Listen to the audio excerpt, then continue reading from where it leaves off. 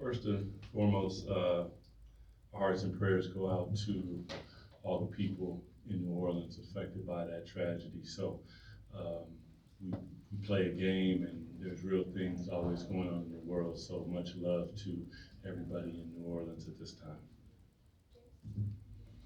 Doug, just to get back to the basketball side, no Keegan Murray tonight. And first of all, do you know who you're starting? It's in flux right now, James.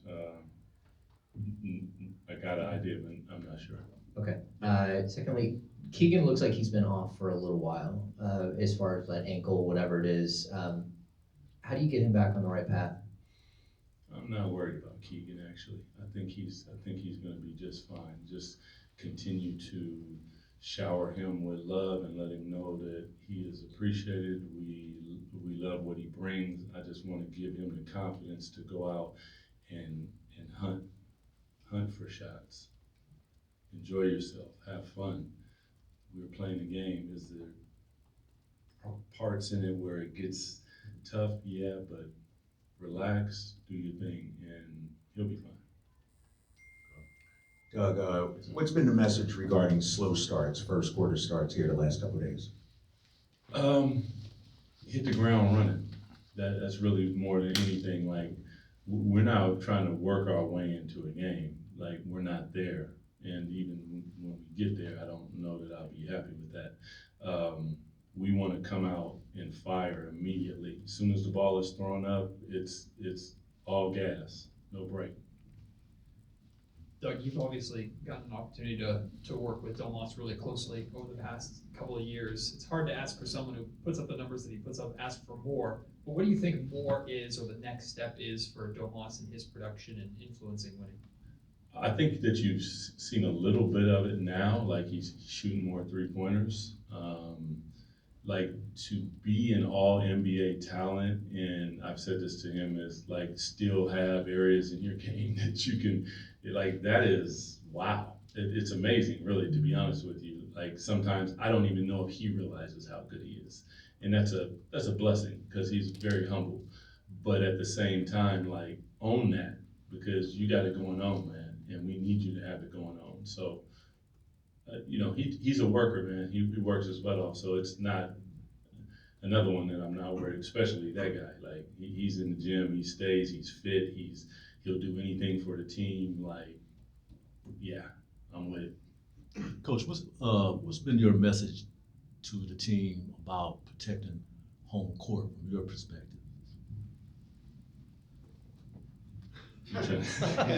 You trying to get me fired? No, no. Don't nobody come in your house messing with your stuff. You feel what I'm saying? This is where we reside, and when you come up in here, you're gonna feel us up in here, and that's just the way it is. It doesn't matter. Like, there's nothing like your home. These people deserve that, and that's what we're gonna give them.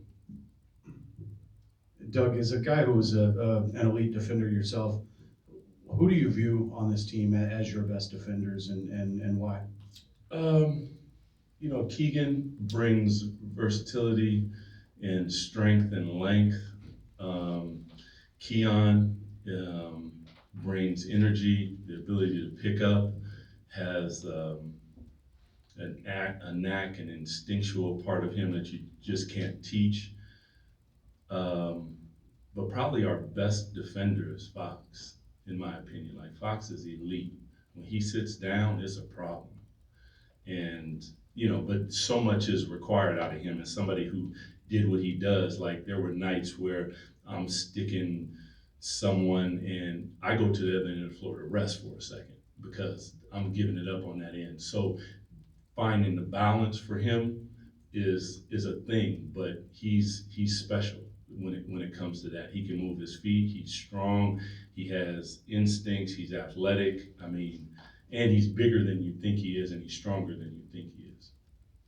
Kind of on that topic, Keon this morning said he actually hadn't seen much film of you as a player, and actually said that he'd It's educate on himself. VHS, so yeah, that's probably a thing. He did say there's no way that he's a better defender than I am.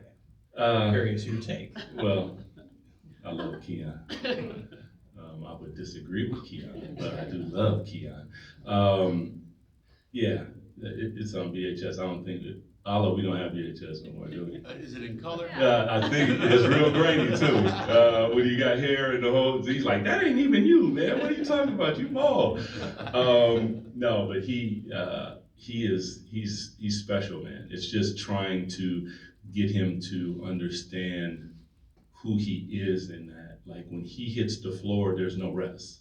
You're gonna play a certain amount of minutes, and in those minutes, it is all in, flying around the floor. If it's on the floor, you're on top of it. And I think he understands that, but there's ability to get into the proper condition to do that. And we're still working on that. Doug, Happy New Year. Happy New Year's Eve. Going back to the balance with the Aaron, it felt, after he got the first technical, he was kind of close to getting that second technical. Yeah, I've been there. Just wondering about that balance. Obviously, when he plays with that chip on his shoulder and the aggressiveness, that's what you want. But how do you balance it with the fire in terms of being able to control that, or do you at all? My job is to deal with the referees, and they have to trust me to do that. And we had the conversation, like, whatever that number is that you're facing out there on that night, I got you on this side. You go handle that on that side and act like they're not there. And I know as a player, that's really hard to do sometimes. And you guys know some of the games that I've been in and the result of those games. And it is difficult, but at the same time, it's something that I require and that I would like to see out of them that would take us to the next level. And that's mentally at the same time, because that's a mental thing that you're dealing with right there. I thought I was fouled. I felt I was fouled. And a lot of times you were. But guess what? Now's not the time to deal with it. Overcome that and figure it out. Hey, Coach, back here.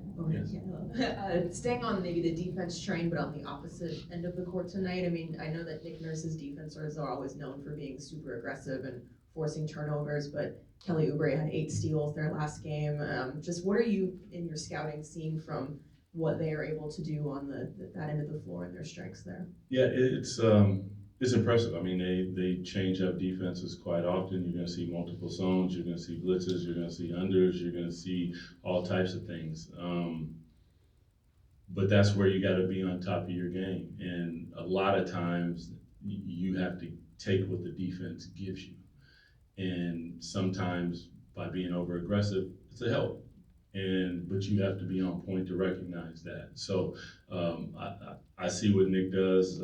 Last time we were in Philly, they had a small on Domas. Like, there's a lot of good things there, and we just have to deal with it in the proper way with a calm demeanor and read the game, read what's in front of you. Thanks, everyone. Thanks. Thank you, Mike. Appreciate it.